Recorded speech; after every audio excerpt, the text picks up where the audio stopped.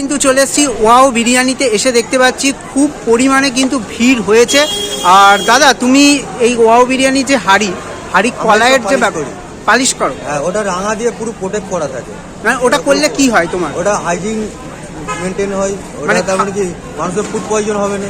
মানে এই যে হাঁড়িটা রয়েছে, এই হাঁড়িটা যে ভেতরে যে কালো কালো হালকা ভাব আসছে, এটা কি পয়জন হয়ে যায়? এটা ধীরে ধীরে ফুড পয়জন, মানে এই হাঁড়িটা তো এখন কলাই আছে। হ্যাঁ, কলাই আছে, এটা আছে। এটা কলাই শেষ হয়ে গেলে মানুষের ফুড পয়জন হবে, এই হবে। ওয়াও বিরিয়ানির তুমি হাঁড়িগুলো সমস্তই তোমার দায়িত্বে থাকে?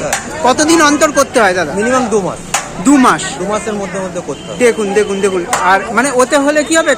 পুরো অথেন্টিক বিরিয়ানি হবে, মানে বিরিয়ানির টেস্টটাও ভালো হবে, ভালো থাকবে। হ্যাঁ, আর বিরিয়ানিটা কালো হবে না, নিচে কালো হবে না। বিরিয়ানিটা নাহলে পালিশ না থাকলে না বিরিয়ানিটা কালো হয়ে যাবে। এই জন্য পালিশ। এটা 2 মাস অন্তর কি দাদারা করে? হ্যাঁ, প্রত্যেক 2 মাস। আর তুমিই করো? হ্যাঁ, আমিই করি। দেখুন।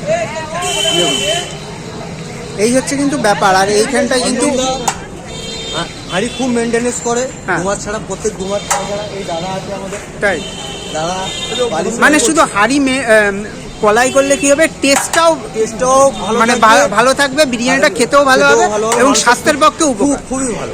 দেখুন স্বাস্থ্যের ক্ষতি হয় যদি কলাই যদি না হয় না, ক্ষতি হয়। কেন তামার থেকে একটা কষ বেরোয়। কষ বেরোয়, যেটার জন্য বিরিয়ানিটা ভালো হবে, আবার সেটার জন্য শরীরে খারাপ হবে। কেউ খাওয়ার সময় বুঝতে পারবে না, খাওয়ার পরে না শরীর খারাপ হয়, অসুবিধা হয়, কিন্তু সেটার জন্যই কলাইটা বেড়ে খেয়ে দেখলে বুঝতে পারবে মানুষ কেমন।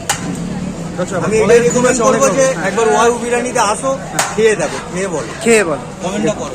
আর এই কি বসে আনলিমিটেড?